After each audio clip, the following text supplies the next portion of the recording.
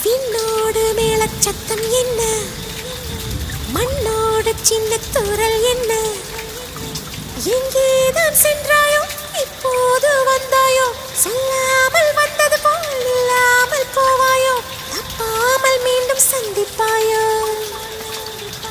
நீ வரும்போது